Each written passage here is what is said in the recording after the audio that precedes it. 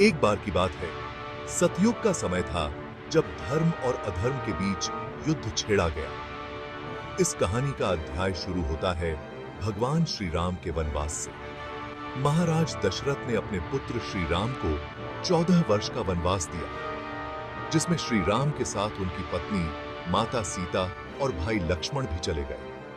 One में उन्होंने कई तपस्वियों और ब्रह्मज्ञानियों का संग किया और अधर्म के समर्थकों का सामना किया।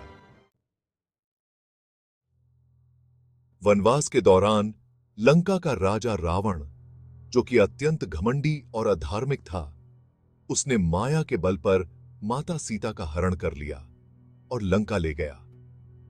भगवान श्री राम अपनी प्रिय पत्नी के छुड़ाने के लिए लंका पर चढ़ाई करने का संकल्प लेते हैं। उनके साथ सबसे महत्वपूर्ण योगदान देने वाले थे भगवान हनुमान और वानर सेना के सेनापति सुग्रीव।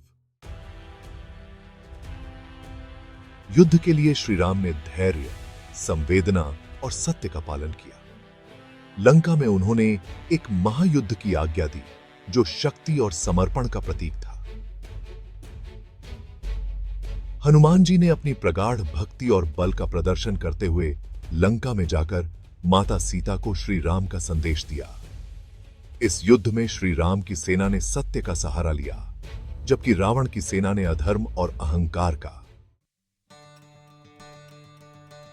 अंत में श्री राम ने रावण का वध करके माता सीता को वापस पाया।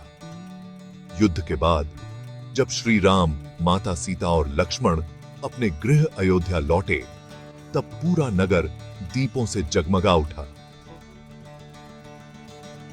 यह दिन दीपावली के रूप में मनाया जाता है। अजय सत्य का अधर्म पर और प्रेम का ज्ञान और घमंड पर विजय का उत्सव। दिवाली का दिन हमें यह याद दिलाता है कि चाहे कितनी भी कठिनाई हो, अंत में सत्य की ही विजय होती है। भगवान राम का जीवन और उनकी कथाएं हमें यह सिखाती हैं कि धर्म के रास्ते पर चलना कभी भी आसान नहीं होता, पर उस रास्ते का अंत हमेशा शुभ और मंगलमय होता है। यह कहानी रामायण के मूल संदेश को प्रकट करती है: सत्य, धर्म और प्रेम की जीत। दीपावली के दिन हम अपने जीवन में इस प्राचीन ज्ञान को अपनाकर अपने मन को प्रकाशित करते हैं, जैसे हम घरों में दीपक जलाते हैं।